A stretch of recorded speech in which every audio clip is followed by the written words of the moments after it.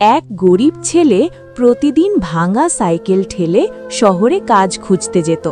একদিন হঠাৎ সে একটা পুরনো সাইকেল খুঁজে পেল। খুশি হয়ে সেটা চালাতে শুরু করল।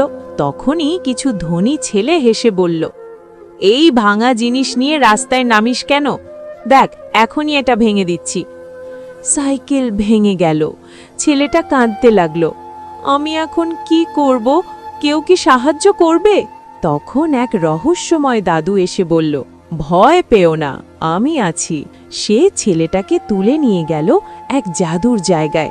আমি তোমাকে সাহায্য করব, কিন্তু একটা শর্ত আছে, সবাই লাইক আর সাবস্ক্রাইব করলে তবেই।